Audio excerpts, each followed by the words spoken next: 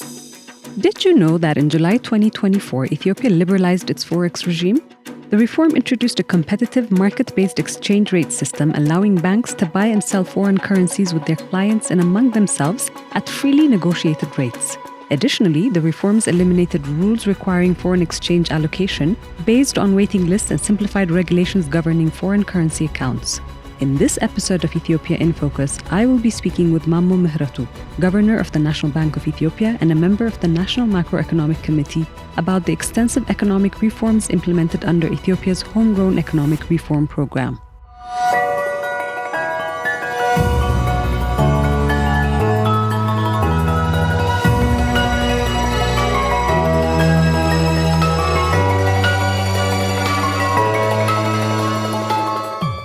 Macroeconomic reforms, progress and prospects. Today's conversation on Ethiopia in Focus with National Bank Governor Mamo Mihretu.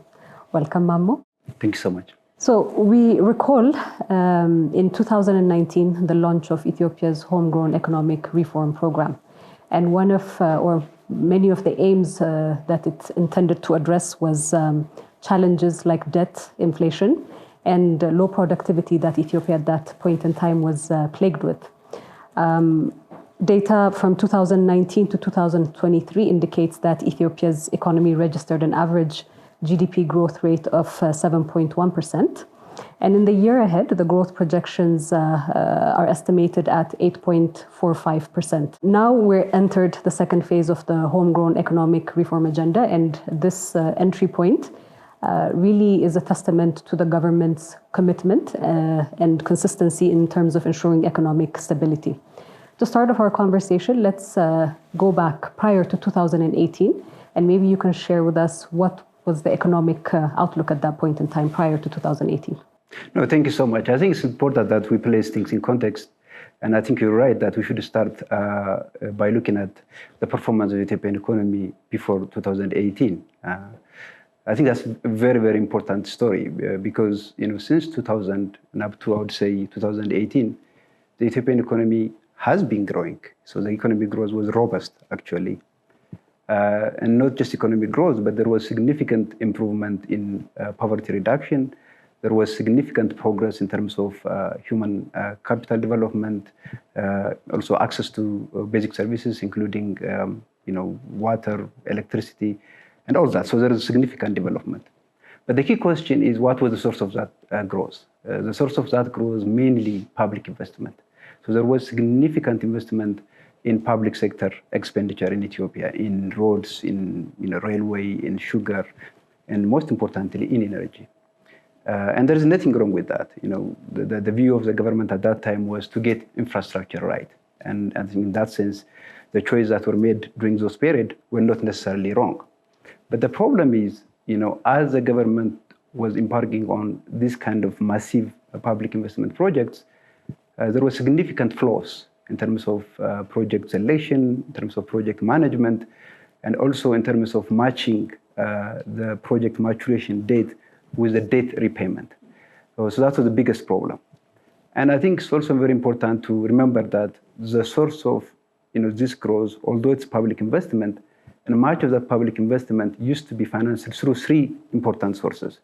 The first was external financing, particularly external loan, both concessional and non-concessional loan lent to the Ethiopian government and to the public commercial companies. The second source of financing was financing by the Commercial Bank of Ethiopia, the biggest bank in the country, the systemic bank in the country, providing much of the resources and the saving that it mobilized from the public and financing massive public investment. And of course, the third source of the financing was the National Bank itself. So the National Bank used to finance the budget deficit. We call it monetary financing of the budget. So these were the three important sources of the public investment that was the source of the growth since 2000 and up to 2018. Now, as I said, there was growth, but the problem is this kind of model is very difficult to sustain it. At some point, things will reach their tipping point, and that's exactly what happened in Ethiopia, and course correction was needed. And what happened was this development financing model led to significant macroeconomic instability. The model reached its limit. And the manifestation of that, I would say, are four issues, the so-called macroeconomic instability issues. The first was, as you said, the debt issue. Debt pressure was building up, and we needed to confront that. The second issue was price pressure or inflation, which again, another important factor in the macro instability story. The third, I would say, has to do with the financial sector itself. And I look at this in two ways. The first thing is, much of the credit that the economy generates used to be channeled to public commercial companies. And because of that, the private sector didn't have sufficient credit. The second part of this, the low productivity as a result result of that. The low productivity aspect of it, the private sector. At that time, if you live in Ethiopia, everybody used to complain about shortage of access to finance issue become a binding constraint in the economy. But even importantly, because the Commercial Bank of Ethiopia was forced to lend to public commercial companies, and because these public commercial companies were not paying the Commercial Bank of Ethiopia their debt, that led to a significant vulnerability of the financial sector. It led to financial sector stability concerns. And finally, it is the problem of price level or inflation. So inflationary pressure was building up, and much of it is because of the monetary financing of the budget by the central bank. The most important issue that we faced at that time was the sustainability of the model itself. The Ethiopian public sector and the Ethiopian private sector had a significant shortage of foreign currency. Those four issues need to be properly tackled. And that was basically the genesis and the background to the homegrown economic reform program. And I think it's important for the listeners to understand that in Ethiopia, we needed a transition of the economic model where it was dependent on public investment to one that is private sector driven, to the one that supports productive growth. That transition is needed, and that transition was needed out of necessity because the old model was not sustainable, but also out of choice because we need to embrace a new source of growth in the economy, including the productive sectors. So we come to 2018, and 2018 is a turning point politically, economically. A lot of the pressures that were also somehow related to economic push factors have precipitated a change of administration. Enter Prime Minister Abiy Ahmed, and from the beginning, he had always talked about the high levels of debt that had been inherited. And then secondly, the commitment not to have this become a generational thing. Like at some point in time, the course correction that you mentioned is to ensure that future generations are not going to continue inheriting this debt as well. So let's get into the course correction. 2018, introduction of the homegrown economic reform agenda. Implementation started in 2019. What have been the achievements out of that, and what changes have transpired as a result of this agenda? No, absolutely. As it happened, when Prime Minister Abiy came into political power, this was the legacy that we inherited. We faced, this significant and severe macroeconomic challenge that we needed to confront and address. And at that time, I was at the office of the Prime Minister, and I was part of the team that developed and crafted the homegrown economic reform program. And I remember very clearly and vividly the conversation that we had at that time. So those four issues, if they're not properly addressed, it will lead to, I would say, a disaster to the Ethiopian economy. So we needed to address them. So the homegrown economic reform program essentially was developed to address these four macroeconomic challenges on one hand, and we call them a macro set of issues. The second thing is we also want to address so-called structural issues. By structural, I'm talking about improving the investment climate in Ethiopia, creating a much more competitive environment for the private sector to flourish in Ethiopia, to attract more foreign direct investment in the country, reform in the energy sector, reform in the telecom sector. This was part of the structural reform that we developed at that time. And the third element of the homegrown economic reform program was the so-called sectoral reforms. At that time, we had to identify, key source of growth for the Ethiopian economy. And we identified agriculture to be one of it. Second was ICT. Third, we looked at tourism. Fourth was mining. And finally, manufacturing. So these sectors were identified. So the homegrown economic reform program, the first phase of the homegrown economic reform program has three elements. The macro reform program, where we try to tackle the macro instability issues. We had a structural element to it, where we try to address policy, regulatory, administrative issues that hinder productivity growth in Ethiopia.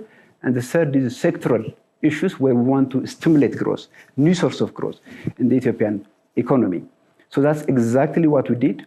We developed the homegrown economic reform program. There was wider consultation within the government, among the public, and we start implementing it. And of course, immediately after the implementation of the program, all sorts of things happened, both in Ethiopia and also outside of Ethiopia, which I'm more than happy to talk about. This is what you're referring to is global shocks, economically as well, perhaps the COVID-19 pandemic and its effects on Ethiopia. I think internally with climate change, we had also have our own bouts of droughts, locust infestation were some of the things that we had to deal with, including an internal conflict. So related to that, what was some of the turning points that had to be addressed at that point in time? I remember, when we launched the first homegrown economic reform program, if I'm not wrong, it was around August, September 2019. And the program was off to a good start. It was widely supported by the international community as well. There was an accompanying support program by IMF and also a program by the World Bank, and there was a lot of interest from international development partners. So it started excellently, and there was significant progress in the beginning. And then, lo and behold, early 2020, COVID happened. And you know the story after that. And late 2020, there was a tragic domestic civil conflict in Ethiopia. And then followed that, there was a disruption of global supply chain, as you know. And in 2022, the conflict in Ukraine happened. This cocktail of shocks, one shock after another, put a heavy toll on the Ethiopian economy in so many ways. It affected economic activity. It led to a significant increase in price level, inflation particularly. It affected balance of payment outturns. It affected budgetary expenditures. So the impact of these shocks on the Ethiopian economy was so significant. Just to give you an example, the economic reform program itself was supposed to increase tax revenue, for example, and we call it fiscal consolidation. The fiscal consolidation element essentially will force you to reduce budgetary spendings, but because of this additional demand that was generated because of COVID and because of the conflict, the budgetary expenditure had to increase.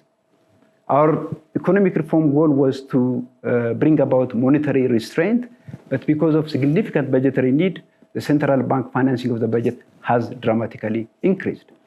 And we also wanted to increase our reserve, so-called balance of payment issue. That was not possible simply because international finance flow, international support from our development partners was significantly cut because of the conflict. So yes, the homegrown economic reform program was off to a good start, but because of these shocks, some of the elements of the program were not properly implemented. But having said that, despite this challenge, despite this complex challenge, the core element of the homegrown economic reform program was implemented in the midst of conflict, in the midst of international crisis. We were able to achieve so much important goals. For example, one of the main problems that we faced before the reform program was our external loan to GDP was close to 32%. We were able to reduce it significantly because we stopped taking non-concessional loan.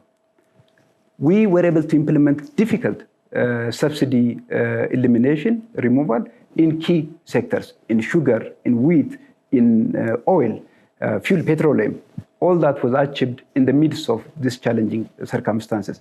We conceptualized and introduced a number of market-friendly institutions. A case in point, we established a capital market authority. We are in the process of setting up the Ethiopian Security Exchange. We introduced the Ethiopian Investment Holdings, our sovereign wealth fund, to manage our public commercial companies efficiently. So yes, after the introduction of the homegrown economic reform program, we faced complex challenges, But despite that complexity, despite a series of shocks, we're able to focus, maintain, and robustly and aggressively pursue the core elements of the homegrown economic reform program. And that's why we managed to continue with the high growth that we used to register in the past. And I think this is testament to what the Prime Minister often shares about Ethiopia's economy being resilient. Are there any other manifestations that you'd like to share in terms of the resilience of the economy over the past few years? Well, I think, so many, a number of examples come to mind. For example, we look at what has been done in the agricultural sector. We were confronted with drought. I remember at that time, around 2022. And despite that, there was a significant redoubling of effort to improve agricultural productivity, the cluster farming, the wheat self-sufficiency drive was part of an effort to be self-sufficient and to be food secure. And this is an example of, the resilience of the Ethiopian economy. It's amazing how resilient the Ethiopian economy is for us, even for people who are actually involved in this issue on a day-to-day basis. We were able to introduce a number of institutions, a number of reforms without external support in the middle of conflict, in the middle of a war. And I remember when war was raging in the north part of the country, members of the macro committee were visiting farms in Amhara region. So again, this effort, not only to just focus on one thing, but to try to address multiple things at the same time, is part of the policy-making environment in Ethiopia. And it also goes to show the resilience of the country itself. One of the clear differences in terms of the economic management, as you had indicated several factors before, is also the introduction and the focus on a private sector-led economy. Can you say a little bit more about that and how the homegrown economic reform agenda, the first one, has facilitated and enabled that to take place? In so many ways. I think one of the things that we realize as we review the growth performance of the past years before the current administration came into political power was the dependency on public investment. Now, mobilizing public resources for development is not wrong. You have to use all the means that are available to achieve economic growth and to sustain the economic growth. But the problem is it overly focuses on the role and the participation of the public sector. And a rebalancing was needed. We need to use and capitalize on the promise and the potential and participation of the private sector. And when you ask why the private sector was not significantly engaged in economic activities, you find that most of it's because there was no access to finance, access to credit. It's a big part of it. There was shortage of foreign currency, and it's because the business environment was not competitive in Ethiopia. And we took several measures to address that. On access to finance, much of the credits that's available in the economy is being channeled to the private sector. I remember when this administration started work, much of the credit, close to 70% of the credit that the banks generate used to go to the public sector. Now, close to 80% of new credit goes to the private sector because we want to stimulate private sector. Why? Because if the private sector is active, then they can generate jobs. They can generate good, better jobs for the youth. The second thing is we also want to address the foreign currency shortage for the private sector. I will come back to that point. The reform that we took recently is a decisive measure in that regard. But the third thing that this government did was it created an interministerial steering committee to address policy, regulatory, and administrative barriers, issues that hinder the productivity of the private sector. Remember, the initiative you yourself participated in terms of improving the doing business environment in Ethiopia. At that time, this initiative used to be coordinated by the Ethiopian Investment Commission. All these efforts are geared towards increasing the role and the participation of the private sector. If the private sector is active, then we'll be able to sustain the economic growth that we've started. So let's go a little bit, not necessarily backward, but let's reflect in terms of the opening up that has transpired, liberalization of the economy. Because what we recall is prior to 2018, the economy might not have been that conducive for foreign direct investments. And in what ways has the homegrown economic reform agenda supported or facilitated the opening up for foreign direct investment inflows? Yeah, I mean, the homegrown economic reform program, the structural reform element of it, the essence of it is not just improving the investment climate in Ethiopia, but also wanted to open up the Ethiopian economy to foreign direct investment. And in that sense, it was a historic step. I say historic because sectors that were close to foreign direct investment were opened up at that time. A good example is the telecom sector. Everybody remembers that. At that time, again, for people who now are used to, two telecom operators in the country, this might be seen as normal now. Mm-hmm. But in the 2 decades preceding this new administration, opening up of the telecom sector was, and is not something that we can not only open up the sector, but you cannot even debate it. Nobody can even mention it. It's a no-go area. But the homegrown economic reform program, one of the achievements of that will be to open up the Ethiopian telecom sector to foreign direct competition, which, by the way, made Ethio Telecom itself much more competitive. So I think subjecting industries to competition is a good and right policy. But don't get me wrong. When I talk about opening up of the economy and liberalization of the economy, I'm not talking about deregulating the economy. The two concepts are completely different. Opening up is opening up a sector for competition, whether it's domestic or foreign, while regulating is the inherent right of the government. So when you open up a sector, we at the same time regulate it. So opening up doesn't mean deregulation. So there were a number of steps that we took, opening up of the logistics sector progressively, reviewing and considering at that time to open up the financial sector, establishing the Ethiopian capital market and allowing the private sector to play an important role in deepening the capital market in Ethiopia, including opening up foreign investment banks.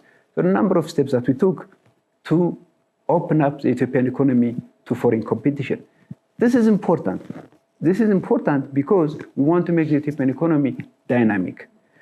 If the economy is dynamic, if the economy is open to new skills, to technology, to know-how, to additional competition, then it will be in a better place to create more jobs and better jobs for the growing use of the country. Okay, so let's fast forward and come to July 2024, where we've taken unprecedented measures in terms of the second set or the second phase of the homegrown economic reform agenda.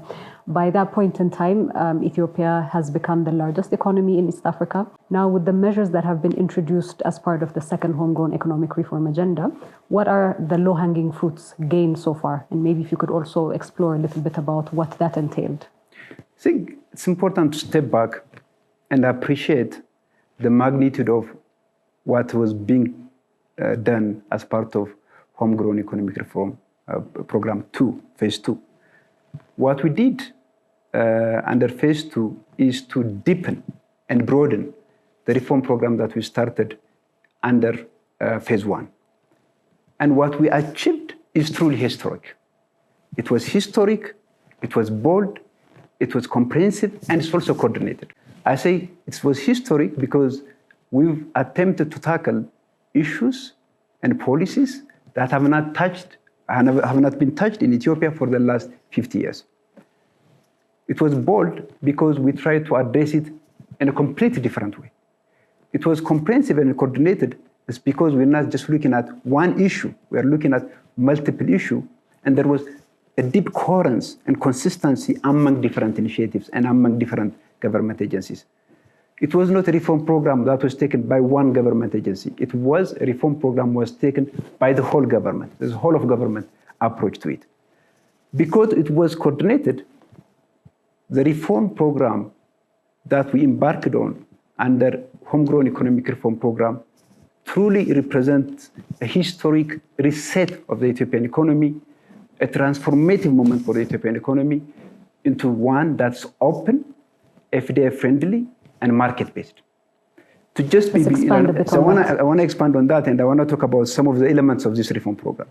I think the first thing that we did was to fundamentally reform the foreign currency regime in the country.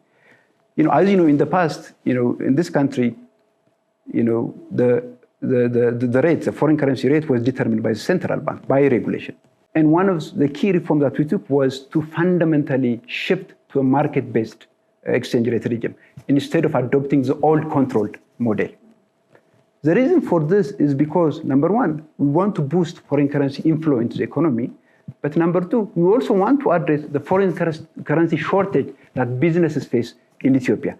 Those were the fundamental drivers of the reform. The FX reform essentially moved the regime to a market-based determination of the exchange rate. That was the first element of it. The other element of it is we rationalized, we consolidated the close to 87 different foreign currency regulations that the central bank used to have into one single FX regulation. We called it the Green Book. That's a huge milestone. It's a huge milestone. It's not just a market determination of the exchange rate, but also a regulatory reform. Because instead of 87 regulations, we now have one regulation, Green Book, accessible to everyone. Anybody can read it and understand it. And this was a fundamental reform on the FX regime. The second thing is we modernized the monetary policy regime in Ethiopia.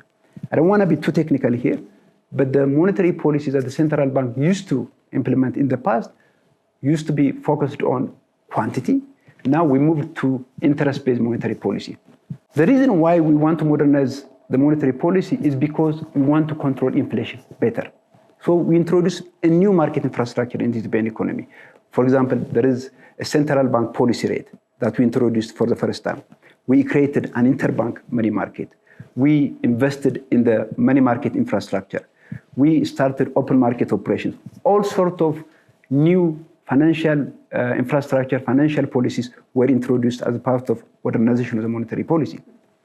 The third thing is we want to mobilize revenue for the government that will help meet our development needs. So so-called fiscal consolidation, revenue-based fiscal consolidation, with the objective of increasing the government's tax revenue by 4% in the next 4 years' time was another important step that we took. And the fourth and the final part of this economic reform program was we wanted to address the legacy debt that CBE had when it comes to public commercial companies. That had to be tackled through innovative ways. So we recapitalized the Commercial Bank of Ethiopia, and a big part of the debt was shifted to the treasury, to the government, and we once again made the Commercial Bank of Ethiopia healthy and stable. Because if the financial sector is not stable, it will have an important implication on the broader economy. So stability of the financial sector is an important economic agenda. So taken together, these reforms, as I said, truly represent an important transformative moment for the Ethiopian economy. It will unleash productivity. It will address, challenges that hinder growth and productivity in the Ethiopian economy. And the early results showed that. Let me just give you a few examples. The low-hanging fruits. The early results. For example, people talk about foreign currency reform, but I will tell you this. After we took that reform initiative, if you look at the result now, the foreign currency inflow in Ethiopia has been dramatically increasing. The central bank reserve and the reserve at the banking sector has literally doubled. If you talk to people now, the private sector participants, access to foreign currency is not a problem that it used to be. I mean, only recently I had an engagement with the European business community. None of them raised access to foreign currency as a binding constraint to the Ethiopian economy. A number of foreign companies were able to repatriate their income, their profits outside of Ethiopia for the first time in a long years. Many of them. Banks were able to, close their what they call net open position, which is their past liability successfully. Remittance has significantly increased. Export has significantly increased. I will just give you an example. The National Bank, for example, is in charge of selling gold, exporting gold in Ethiopia. Last year, for the whole year, the foreign currency earning for gold was about $255 million. This year, within 4 months of the reform, we took the reform on July 29. I remember that, very, very clearly. July 29, in the last 4 months' time, the export volume for gold has reached almost $1 billion. So, no, that is quite a huge milestone. Maybe you could expand a little bit on that, on what it actually means. Well, it means that, again, the objective of the reform program is being met. One of the, clear objectives of the reform program was to try to increase export receipt, to increase, FX influence the economy. And if remittance is growing, if export is growing, then private sector businesses will be able to get the foreign currencies that they need to increase their productivity. Think of it in terms of the manufacturing sector. I would say if you talk to an owner of a manufacturing plant in Ethiopia, in the past, they used to tell you that they operate literally at half their capacity. If you ask the reason, most of them will tell you that it's because they don't have the inputs that they need, and they don't have the inputs that they need is because of shortage of foreign currency. So if you address the foreign currency needs of private businesses, then that will do wonders to the productivity of the productive sectors in the economy. And in terms of also provision of products to the market, because the question that I had wanted to ask you in terms of the criticisms that need to be addressed thoroughly is, in the short term, are there certain shocks that we have to sacrifice for those long-term gains? There is. The reform anticipates all of that. This is, as I said, it's a well thought out, well coordinated, carefully planned reform program. It took us almost 3 months to carry out this reform. And by the way, we were supported by the International Monetary Fund. It's a 4 years program. It's supported by IMF, supported by the World Bank, to really mitigate the impact of the reform. So people talk about, for example, the price impact of the reform, the inflationary impact of the reform. And we thought about that very, very carefully. And the government is taking a number of steps in that regard. I think number one, we need to appreciate to what extent that is a problem. Because in Ethiopia, much of the goods in the consumer basket are goods that are domestically produced. And import constitutes close to 10% of the CPI index. The second thing is, much of the private sector's import of these goods used to be handled at the parallel market. So by moving towards a market-based exchange rate regime, we are not doing anything new. Essentially, we were recognizing reality as it were.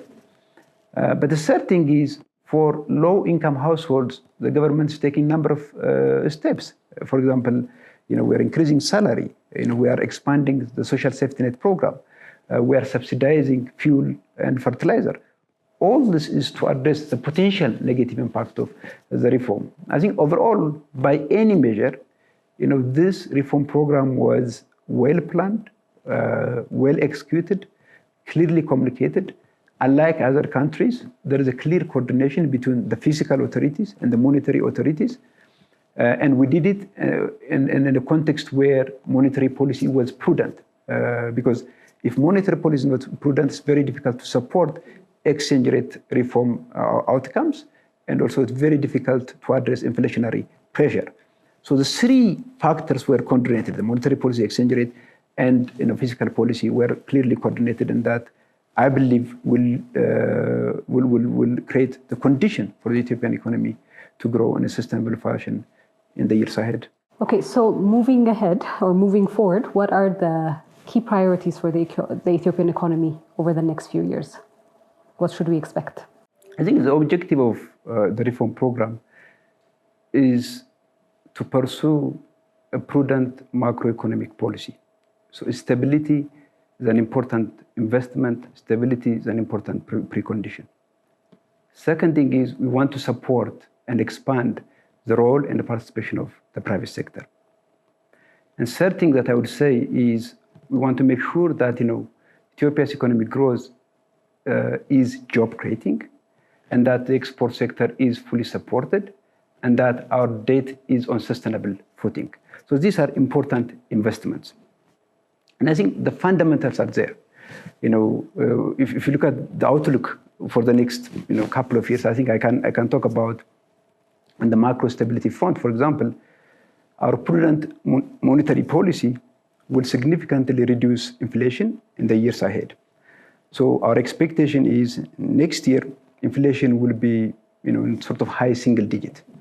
And that is partly because of the prudent monetary policies that we are currently implementing, and partly because of supply side measures that the government is taking, including increasing the productivity of agriculture. So this will help us stabilize price of foods. So on the macro front, I think there will be significant progress. On the revenue mobilization front to support development needs of the government, the start of the work reform program is showing a promising result in that regard. We also have a task of deepening the FX market and stabilizing the FS market. In that regard, the progress is quite good. And if you look at, for example, the premium between the parallel market and the official market, before the reform, it was about 100%. Now it is less than 7%. It literally collapsed. So we want to maintain this. We want to increase remittance flow. We want to support private sector activities in that regard. On the growth outlook, it's also promising for the year ahead. For example, agricultural productivity will increase because of several new initiatives that the government is taking. Mining will become an important contributor to the Ethiopian growth story. Of course, the Ethiopian service sector has always been growing. The logistics sector, the aviation sector, the tourism sector are important contributors. So both on the macro stability front, on the growth outlook front, we'll see important and positive outcomes in the year ahead. So as we wrap up, Mamo, as a member of the Macroeconomic Committee and in your role as Governor of the National Bank of Ethiopia, what assurances and hopes do you have that make you feel we're doing it right? So we're on the right track. I think, I am very, very bullish about our prospects for a number of reasons. Number one, our investment in agriculture and other productive sectors will bear fruit. It will stabilize domestic food price, but will also support other related sectors, whether it's manufacturing, whether it's the export sector, will be supported by the positive steps that we're taking in the agricultural sector. Second thing that I would say is the reform measures that we're taking, for example, opening up the logistics sector, opening up the banking sector, the telecom sector, the energy sector, retail sector, would attract to foreign direct investments. Exactly. Would attract more private capital in the economy that will further drive the Ethiopian economy. Third thing that I would say is Ethiopia is a large country. It's one of the biggest countries in the African continent. What that means is it will always be in the radar of foreign direct investors. It will always attract private capital in the economy because people want to take advantage of that. Another thing is we also benefit from the demographic transition. We have a youth that's ready to work. So always, there is labor that will support the economic growth in Ethiopia. Another very, very important investment is the investment in clean energy. A country that's a leader in clean energy will be the leader in the world. So we invested significantly in hydro energy, in clean energy. Close to 99% of our energy source is clean. And this fundamental structural factor, the demography and our investment in clean energy, will propel Ethiopian economic growth so long as our macro environment is stable. And I can tell you, this is something that's also verified and supported by independent commentators, and including IMF. If you look at IMF's projection, their projection is the Ethiopian economy in the next 4 years will maintain the 8% growth. FDI will reach close to 6 billion annually. Our debt to GDP ratio will reach about 30%, and that's both domestic and external. External will be close to 10%. Our international reserve in the next 3-4 years will reach $10 billion. So yes, the economy will grow, the economy will generate jobs, and the economy will also be an example to the rest of Africa. We're on the right track. Absolutely. Thank you, Mamo.